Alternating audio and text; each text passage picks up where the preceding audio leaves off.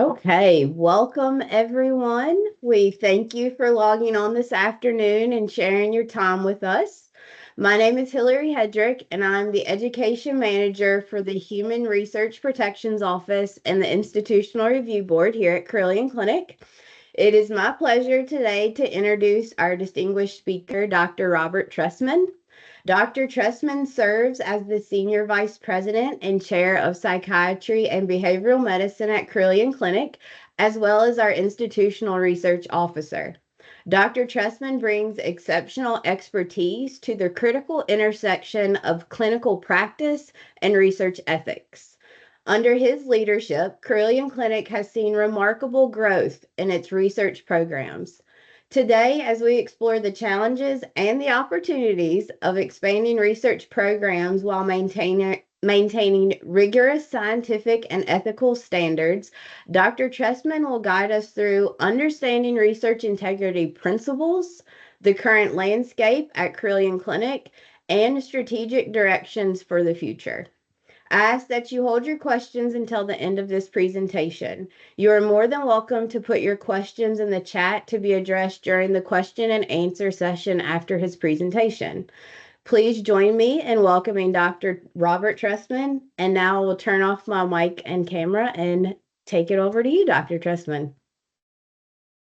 Hillary, thank you so much. And thanks everybody for taking some time out of your very busy days to walk through this with me, thinking through the challenges and opportunities we face as we at Carilion are really growing our research enterprise and what that really means to our patients when they participate in research. So today, I'm hopeful that we'll be able to discuss, what research integrity is. Where are we now as an organization? Where is it that we're heading? And how do we effectively navigate this transition? Each organization can be very different in the way in which it manages this. And for Carilion, we are in a relatively unusual situation of being a healthcare system with over 125-year history of care delivery, who are becoming a regional and I hope national leader in healthcare research in the years ahead. So to begin with, what do we mean when we talk about research integrity? So conceptually, there are many ways of framing it. But we talk about, among other ways, reliability, that our research enterprise is robust, appropriately designed, and is appropriate to the questions being asked. That we hold ourselves to a very high level of honesty, which includes how we ask ourselves the questions about research, how we frame it, how we review it, and how we communicate it. Because as we've seen over the years, a single research finding may or may not, in and of itself, be generalizable. And it's only over time and the accumulation of knowledge that we can genuinely begin to trust the findings that we achieve in any individual study. So as we communicate what we are learning, it is always going to be important for us to recognize the limitations of what we discover in the process. Similarly, we need to be transparent, being able to effectively share the data appropriately so that others can analyze it and see if they come to similar conclusions as do we. Respect is intrinsic in the healthcare environment. And if there's no respect, there's no trust. And if there's no trust, there's no meaningful way for us to move forward in providing either care to our patients or supporting research when our patients become participants in clinical trials or other research efforts. And we need to be accountable for the whole research process from the very beginning all the way through the process of training the next generation of research. All of this really goes back to the core notions of clinical ethics that for many years now have been expressed with beneficence, doing good, non-maleficence, not easily said, not doing harm, autonomy of the individual participant, and justice in the participation, in the design, in the outreach of the programs of research that we conduct. So at the National Institutes of Health, the Clinical Center researchers have published 7 core principles that they believe are critical to the conduct of ethical research. That the work that we do, which can potentially put our participants at risk, really needs to have social and clinical value driving it. That the hypotheses, the methods, the approach need to have scientific validity. We need to be fair in our subject selection, being balanced so that our results will appropriately be likely to generalize. That the risks by no means outweigh the potential benefits to the individual and to society. That we go through a process of independent review to be sure that conducting the research in and of itself is worth doing, and that we are considering all the risks and the approaches to care and to conduct. That informed consent is far, far more than having a signature on a form. It really means making sure when someone participates in our research, they really understand what it's about, what are the potential risks, why they're doing it, and why we are conducting it. And it clearly, through the entire process, needs to demonstrate openly a respect for both potential and enrolled subjects. None of this is easy, none of it is trivial, but it's all crucial. Here at Carilion, several years ago, as we developed our Vision 2025 strategic plan, there were several words that were introduced that are crucial both to our evolution as a really regional and national destination for healthcare, and for our evolving ability to bring cutting-edge science to our patients for their benefit. Patient-centered research takes into account that the work we do, at least a big part of it, should potentially have benefit to these individuals. We will be committed to research that is bench level, basic research, but that is built in addition to our core commitment and Carilion's mission of improving the health of our communities. So our commitment as we move forward is to navigate both the challenges and to make use of all the opportunities that come with expanding research programs while we uphold rigorous scientific and ethical standards. And look, this is by no means easy, but the good news is there are a lot of smart people here at Carilion who really care about this and have dedicated themselves to this enterprise. So we can do this. And it's an important opportunity for us as we move forward in this. So Carilion is expanding our research at a very, very rapid rate. In 2024, over 200 Carilion physicians have collaborated on more than 140 clinical trials across 20 plus medical and surgical specialties. There are well over 1,300 people who are participating in these clinical trials. We have been awarded $2.7 million in new trial awards and $14 million in new grant funding. And at the end of the second quarter of this fiscal year at Carilion, our IRB was monitoring and overseeing 440 active protocols. So it's already a substantial enterprise. That's within Carilion alone, what we are doing.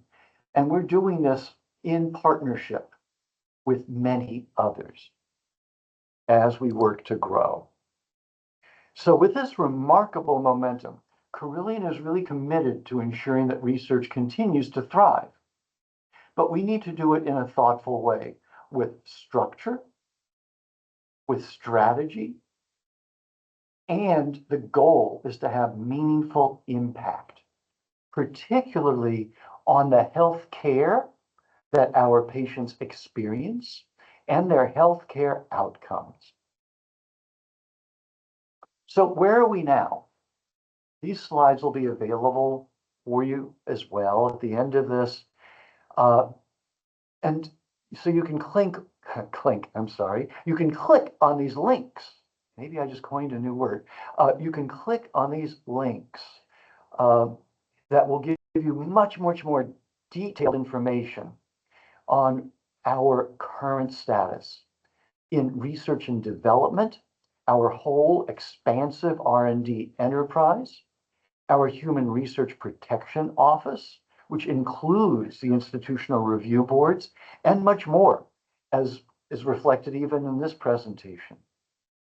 Our health analytics research team of over 20 individuals, and the fact that we are one of the very few organizations that are in this nation rolling out a research opt-out process. Now, what does that mean? And it's important to take a moment to actually share this with you. Historically at Carilion, we have been very conservative about who is asked to participate in a research study. And with very few exceptions, it required the attending physician, primary care or otherwise, to speak directly to their patient, inform them of this, and get their expressed interest in being interviewed for screening for the study. For all the obvious reasons, this is a very laborious process because most of the attendings are not the researchers themselves, are very busy, don't have the time to be educated and to learn about each of the 200 studies we have going on, only some of which might be relevant to their patients. So over the last couple of years, we have reached out to multiple organizations. And surprisingly, there have been very few that were able to give us insights and have actually implemented an opt-out program themselves. The ones that we modeled this program on are Duke University and Johns Hopkins. And the process varies in detail from each of these different organizations. But the bottom line is every year at Carilion and every other healthcare system, people need to sign an updated consent that they are giving their consent to be treated by us in their healthcare settings. We were able, in a very collaborative manner, with our legal department, with compliance, with research, with all of the clinical different disciplines, with our IT folks, with marketing and communications and community outreach and on, we were able to think through the process of modifying that consent form to include a paragraph about basically, as we are growing research enterprises here at Carilion, there's an opportunity for us to reach out to you to let you know about research studies that you may be eligible to participate in. If you are willing for us to participate, you don't have to do anything. But if you do not want us to contact you in general about research opportunities that you might be eligible for, then you can opt out either by phone call or through MyChart. You can just tell us and we will not reach out to you. There certainly can be exceptions. The attending can still say, I know about this study and I think it could be a real benefit to you. That's always the case, but this is the generic. And so far this year, we have gotten roughly 250,000 signed consent forms out of the 750, 800,000 that we anticipate getting on an annual rotation. Of those, as of last week, fewer than 240 individuals have chosen to opt out. That is something like 1,000th of 1%. That's wonderful. And so that is the foundation. Now, we're not reaching out in this way yet at all, because we need to socialize this within Carilion so that everyone knows. And we're reaching out to the community to be sure that our communities in all of their different areas are aware through different outreach and connectivity to different community organizations. So it's an exciting process. It's amazingly more complicated than you might think. And I really take great pride in the work that Carilion has done to do this responsibly, appropriately, and with the future in mind. So this is an exciting and crucial development in our ongoing development.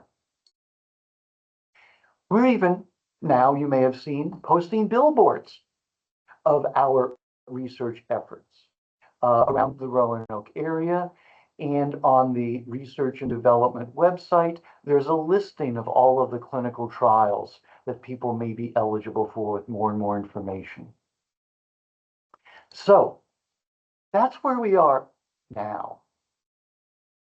So where do we want to go with this? Well, let's think for a moment about the vast array of what medical research is. There will not be a quiz at the end of this, but this is a slide from over a decade ago about all the different kinds of medical research that are done. Whether it's basic research in a laboratory, theoretical, applied, core clinical research, epidemiological research, and then secondary research on data sets that already exist. So many, many different things. And historically, what Carilion was focused on was just this little bitty area on clinical trials. We did some other work as well, but this was our traditionally funded research.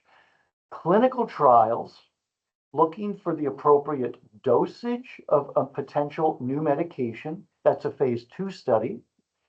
Looking at whether or not it actually works in a clinical population that's been carefully selected before the FDA gives approval. That's a phase 3 study.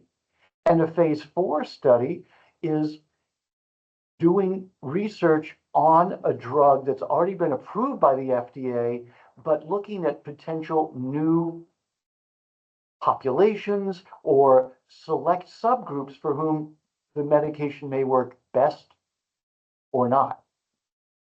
So that's where we were historically. And this slide does not take into account so much of the evolving research that can be leveraged through what's evolving as large language models and AI and innovative approaches to research that are now evolving. So I just wanted to give you a broad context of the array of what we do and are going to be doing. Now, in terms of the future, so much of Carilion's vision is really focused on patient-centered research.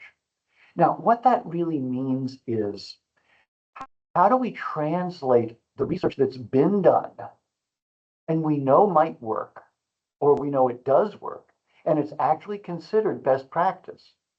How do we actually make it happen in the real world? Because as many of us know, knowledge that exists can take a decade or more, even now, to make it from a research finding that everyone agrees on as best practice to actually being a part of the decision-making process between a physician or a nurse practitioner or PA and their patient.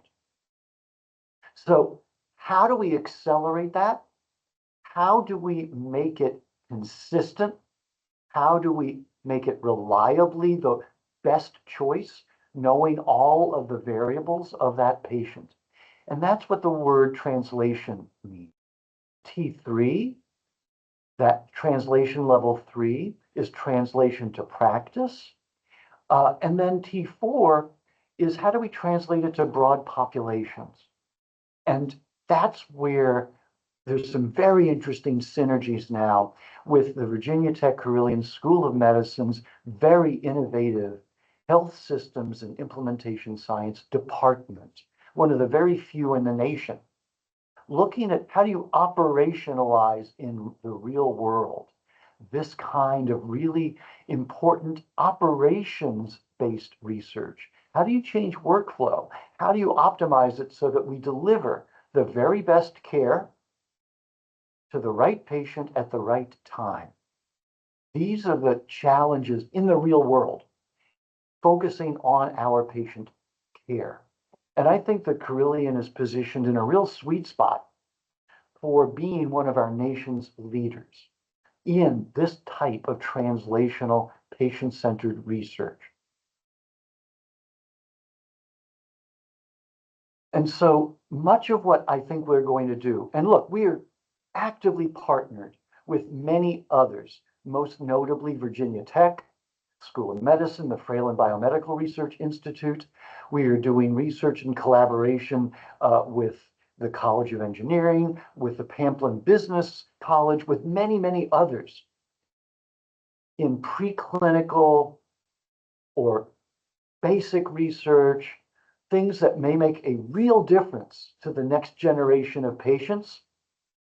But we're also really focusing as well on the people in front of us right now and making a difference in their lives. Pragmatic studies in this purple bubble is really a critical thing. The distinction between a traditional clinical trial, where patients are screened for inclusion and exclusion criteria, as we know, many of them are not representative of the broader sample who have many, many other comorbidities. They're on lots of other medications. They haven't responded to different other trials, all sorts of things in the real world. Pragmatic and effectiveness studies are focused more on the real everyday populations of people who might not fit neatly into the traditional effective or efficacy studies. The traditional clinical trials are efficacy. Will it work in a selected population? And some of our core work will continue to be that. We will also be doing more and more effectiveness and pragmatic studies. And once we learn that, how do we disseminate it and turn it into high reliability healthcare? So this is wonderful. It's really cool. It's all sorts of really amazing potential. But how do we do this? How do we navigate this kind of transition? Well, obviously it's not easy. And luckily we have a lot of smart people to help us. So one of the ways we are doing this is we're on the basis of a significant strategic planning consultation we did several years ago with a research consulting firm called Huron. one of the things that they concretely proposed to us is that we are getting to the point where we need a formal integrated governance process for research. So over the last just month, we held the very first meeting of the Executive Research Governance Council. And the goal of this is not to add an additional bureaucratic layer or to slow things down, but to come up with an efficient and effective way for us to share knowledge, to make decisions quickly, and to prioritize them. If everything is a priority, pragmatically, nothing is. So as we are growing, we need to have a process where we can prioritize what we need to do now, what comes next, and what comes in the future. We need to look at what resources we have and how do we optimize those resources. So the charge of the Research Governance Council is to oversee and coordinate our research enterprise in collaboration with our key research partners and the community, which is ultimately the people we serve. Initially, there are 6 committees that report to the council, one focused on education and faculty development, one on innovation and commercialization, one on health systems and implementation science and research, operations and finance, data sharing technology and informatics, and compliance oversight. Each month, initially, each of these committees, which are really now just being formed this month, each month these committees will be meeting, have a formalized agenda, and later the same month, they will be reporting to the Research Governance Council. Now, if the committees review things and they are able to say, let's just go ahead and do this, there's no reason not to, they'll have the authority to do it. It's only when they require significant resources beyond the scope of what the people in that committee can commit, when it requires multiple linkages across Carilion, later that same month, the Research Governance Council will be meeting, will be able to review these requests, prioritize them, and make it happen if the decision is to move forward. So we can be nimble, we can be coordinated, and not suffer the typical problem of many organizations with about 14,000 employees. And that is each of us not knowing what the other's doing and making serious mistakes and waste a lot of time. Many of you may not be aware that we're not only partnered with Virginia Tech or with FBRI, and as I mentioned, VTC School of Medicine, we already have grants from the NIH. We're partnered with multiple organizations around the country, including University of Kentucky, with Mass General Brigham. We do collaborative research with our partners in oncology, Blue Ridge Cancer Care, and we have been partnered for the last 5 years with UVA and others in the Clinical and Translational Sciences Award called iThrive. So we have built significant collaborations and are continuing to grow them. So expanding research programs in a large healthcare system presents challenges and opportunities. So we need to really, as we're doing this, we cannot lose sight.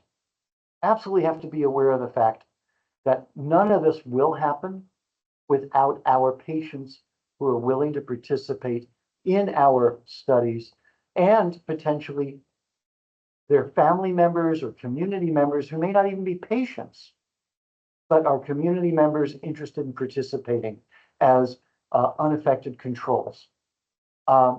We have a primary ethical obligation to do no harm, and we must never forget that. All of our decisions need to be based with that in mind.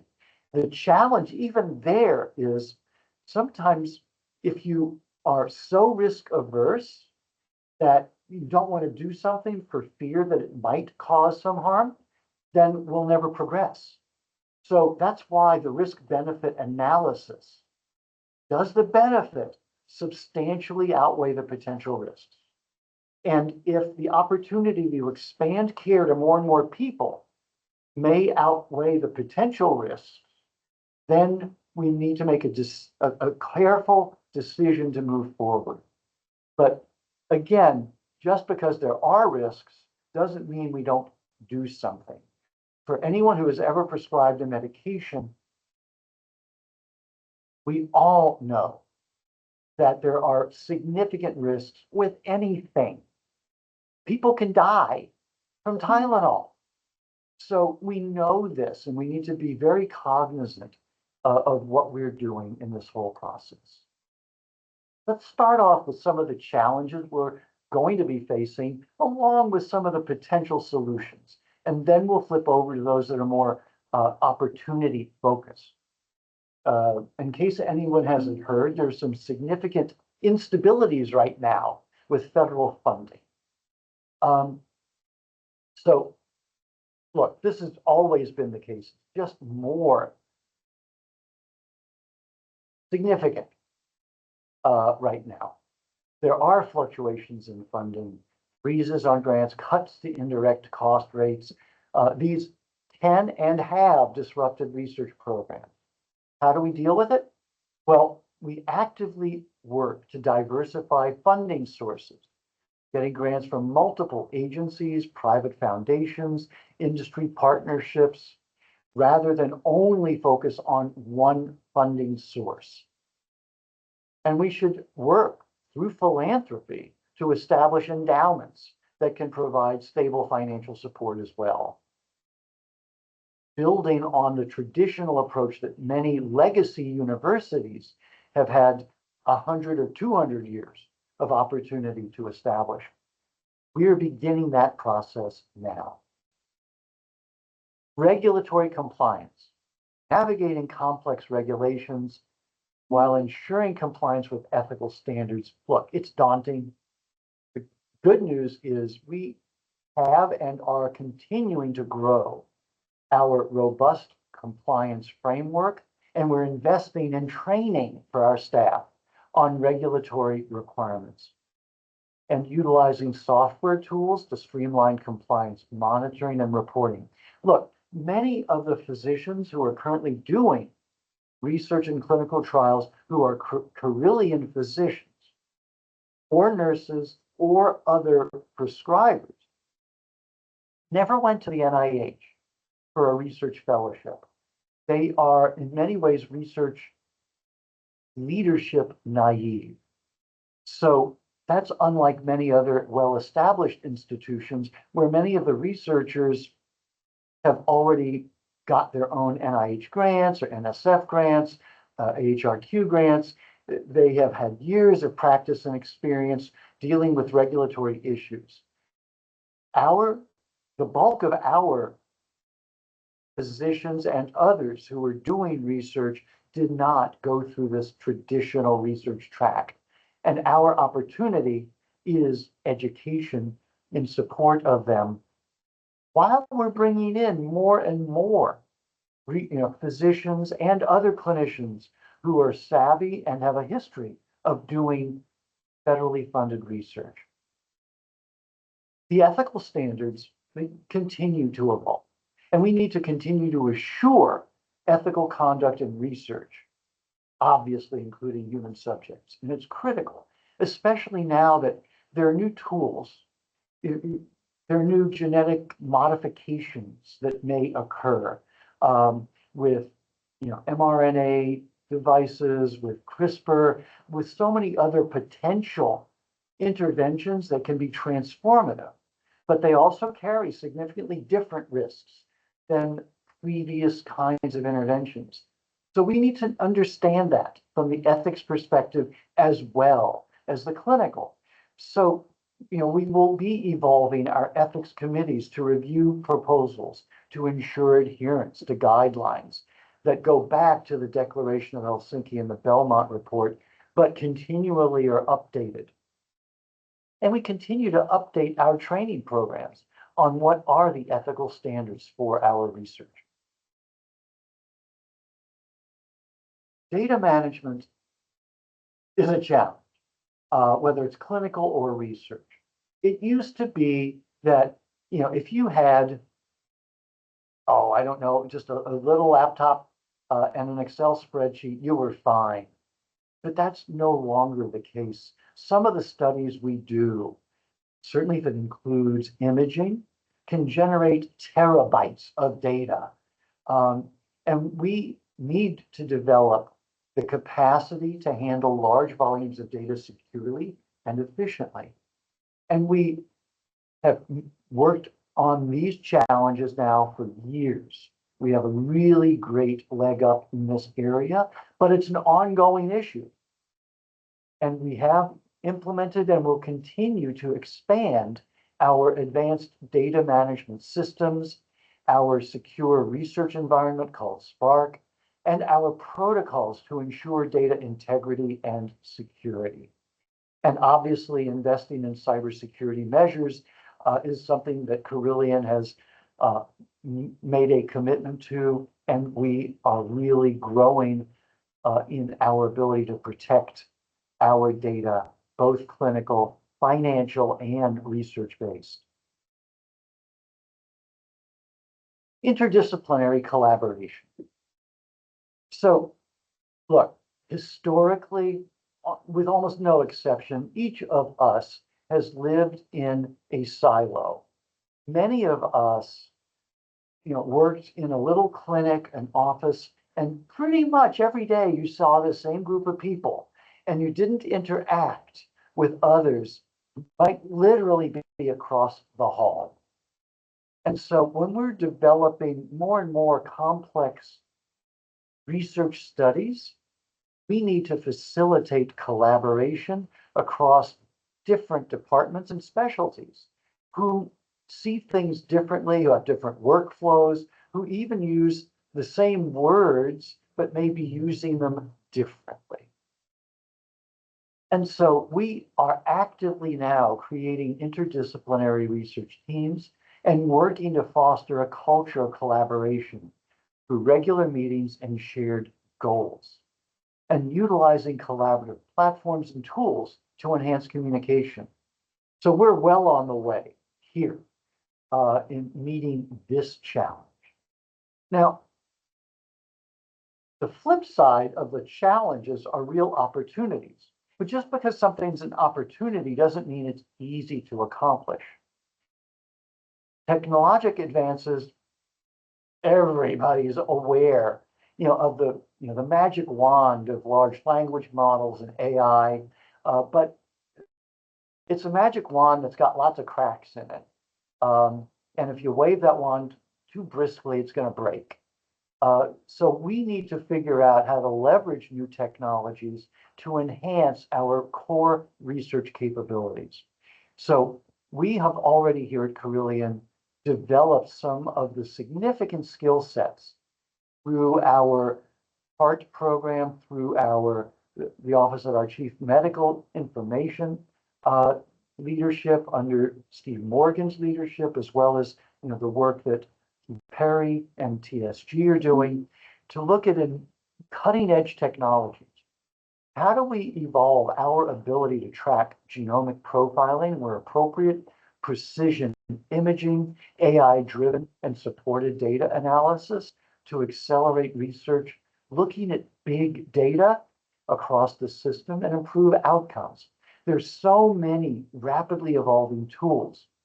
And so the opportunities are very real. The challenges, both ethically and technically, are substantial. But nevertheless, I firmly believe in 20 years, the way we deliver healthcare is going to be completely different than what we are currently doing or even conceiving.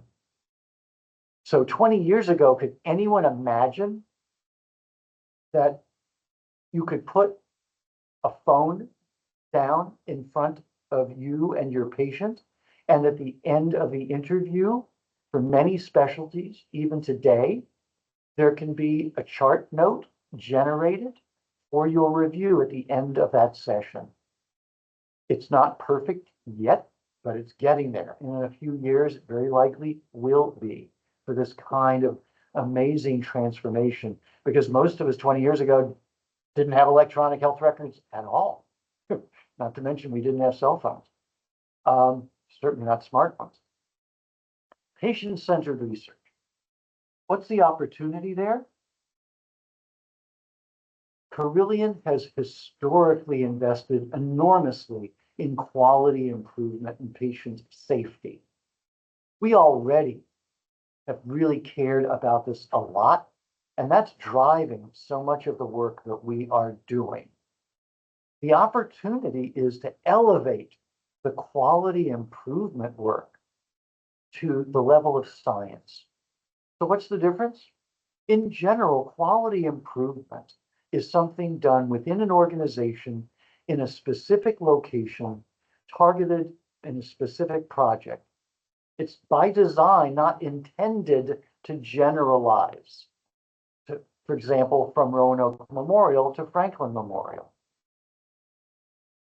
And it's certainly not intended to generalize by definition to other organizations outside of Carilion. But because of the enormous investment we have made and our growing collaboration with the School of Medicine's Department of Health Systems and Implementation Science, we can leverage the work we're already doing to turn that work into something that supports scholarship, bringing in major research dollars to support operational efficiency and operational excellence in the support of high reliability, precise healthcare that can demonstrably improve the outcomes of patient care. That's what the opportunity is that we have, and it's remarkable. Scalable solutions can clearly extend the impact of research. So leveraging on this transition from quality improvement to health systems and implementation science are that we can design our research programs so that they can be scaled. And this is one key element of thinking in terms of a healthcare system. And when we think of it that way, this can support our vision at Carilion that no matter where you come to Carilion Clinic for care, whether it is in Rockbridge or down in Tazewell, you will get the same high quality care. You'll get Carilion care. And that requires us to develop approaches that scale up and down to big and little parts of our organization that we can then share with others. This is an enormous opportunity, and it's the future of healthcare that will make it sustainable and affordable for everyone. Health equity. As many, if not all of you are aware, Roanoke City is at the very, very bottom of the healthcare quality measurement in the state of Virginia. In contrast to Roanoke County, for example. So there is a lot of inequity in healthcare access, health outcomes in our communities. Building on our commitment to improve the health of our communities, research can help us address health disparities, to help us to develop more inclusive and impactful research. We are looking at operational healthcare access and healthcare outcomes equity. And that is something no one is arguing about. And we can prioritize research that targets these underserved populations by zip code and others to reduce health disparities and to collaborate with community organizations as we already do and grow that and bring in research funding to help demonstrate that the interventions we're doing are making a difference and are scalable and can be disseminated across the country.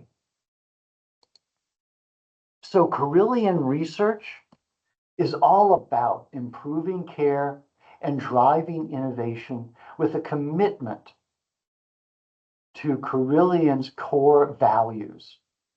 We've spoken about collaboration repeatedly. We've talked about our commitment to the clinical ethics of what we do, the compassion that drives all of our decisions, the courage to be committed day in and day out to making Carillion a destination for healthcare and as a beacon for health improvement for all of this region in Western Virginia. And curiosity, that childlike joy that most of us can still experience, certainly in research, when we discover something new, we prove an idea, we help to share our knowledge with others to make a difference in the world. It is a wonderful, it is an exciting, it's a nerve-wracking time. But Carillion has committed itself to building on our research enterprise in an ethical and responsible way with a vision to building on our reputation so we are seen as a destination for healthcare. And that's an exciting future for all of us. So with that, let me stop sharing my screen and turn it back over to Hillary to guide any questions that may have been presented already or that anyone may have. And I really want to thank you, everyone, for your attention and for all the work you're doing. Absolutely. And honestly, thank you. I hope that this has sparked a lot of discussion. And I see that we have a lot of attendees that are some of our research leaders that are already doing several of the things you talked about. So at this time, I open the floor to questions and discussion or even thoughts that want to be shared as far as the presentation or what's to come. I don't see any questions that were asked in the chat during. So feel free to either turn on your camera or your mic and ask your question freely. I can start. I have one. I am an impactful quote person. And so you said something that really stuck with me during your presentation where you said, if everything is a priority, then nothing is. And I think that is so important right now is there's changes and growth. And so if you were to give new PI and research teams that are so new to research and want to explore that, what would you tell them is the number one priority? What should be their number one priority to even, take the first step to researching at Carillion? The first is don't be overly ambitious. Initially, you want to choose a study, whether it is a pharmaceutical company funded clinical trial or one of your own. Ideally, keep it focused to your own clinical area of interest and expertise, so it is consonant with the work you're already doing. And keep it simple. You want to build on solid foundation. Crawl, walk, run, all the basics before you try to do a triple axel on the ice, right? So be very, very thoughtful about, look, almost every one of us wants to change the world.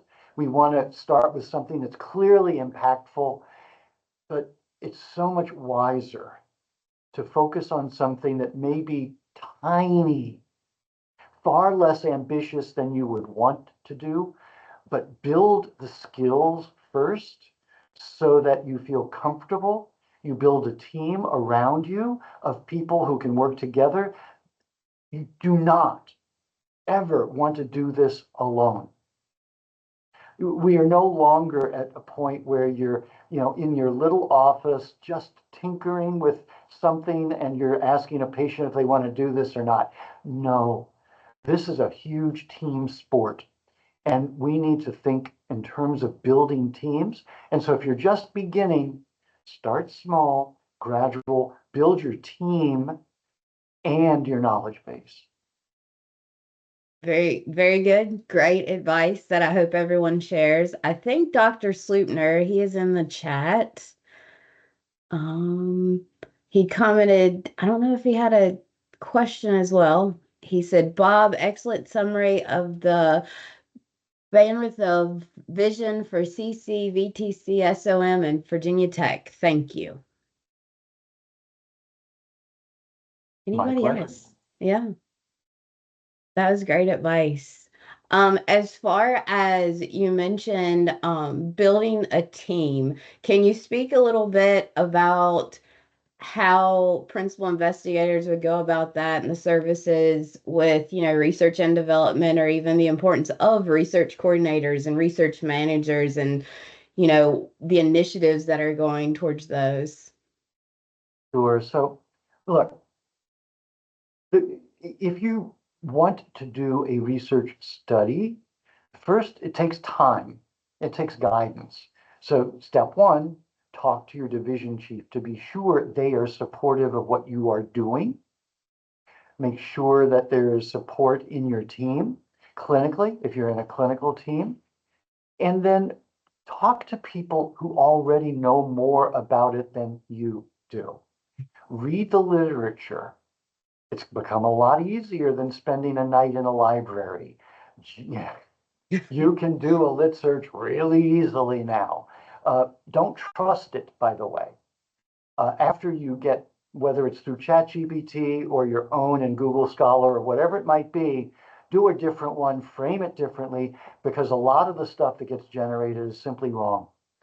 So, but you need to be conscious of this. The other thing I frequently recommend to learners is first, on the basis of that, write a review article of what already exists. Because look, if everything's already been done in the field, then why do more? So you would be able to pull everything together that's already been done in your niche area that you're interested in.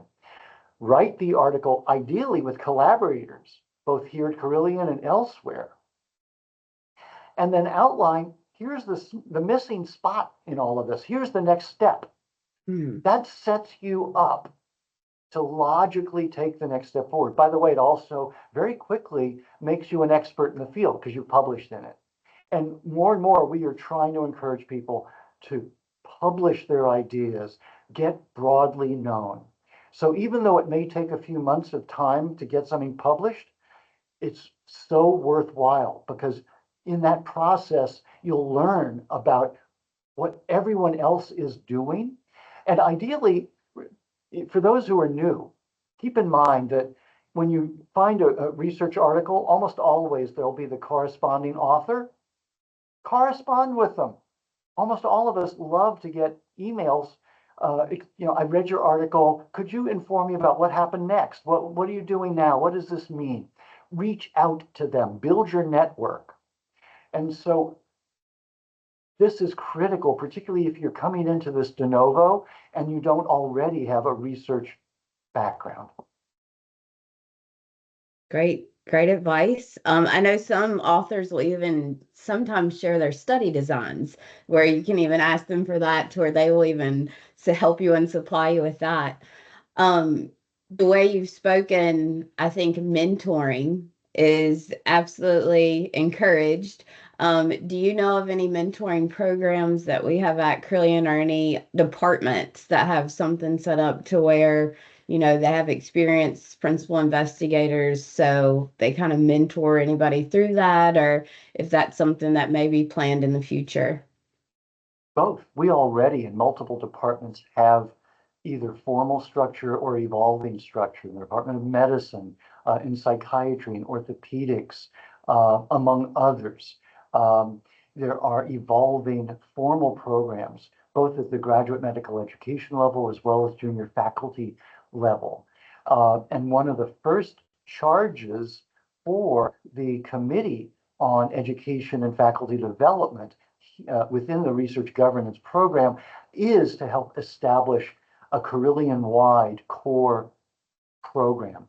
Additionally, Virginia Tech has a marvelous training program for researchers for their entire university that any of our faculty have access to. And so we're working to make that more available. So there are many resources that we are working to grow where we can partner, and where it doesn't exist, build ourselves. Okay.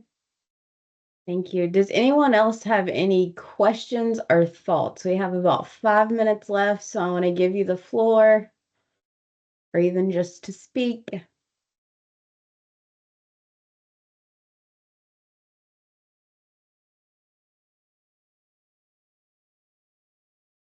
You have some in the chat. I don't know if you can see it. There are a lot of chats coming in to thank you. And I see one from Dr. Kramer, regarding all of the great work that's been done, and looking at how to translate that into scholarly output. I'm just, give me a call.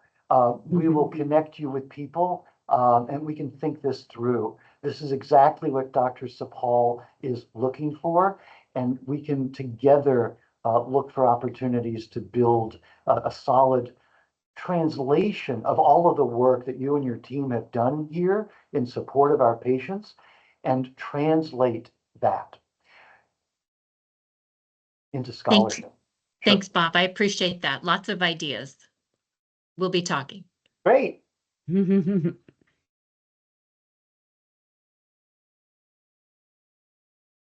Lots of people giving insights and sharing information about technical writing. That's great. Yep. And what we're hoping to do is, several folks from Virginia Tech, most notably Randy Heflin from the Office of Sponsored Programs at Virginia Tech, is part of the Executive Council and will be helping to give us insight into all of the training opportunities at Tech and how we can partner to make use of them. Great. Okay, well, if no one has any other questions or comments, I really want to just thank everyone for their time today, especially on a Friday. This was a great way to end the week. I appreciate your kind of guidance and hearing the strategies and even all the resources that are already out there. Please continue the collaboration, everyone, as the growth happens. And again, have a great weekend, and I hope it is special if you have that mother figure in your life that you especially get to remember or honor them this weekend. So thank you so much. Happy Friday. Be well, everyone. Thank you so much. Take care.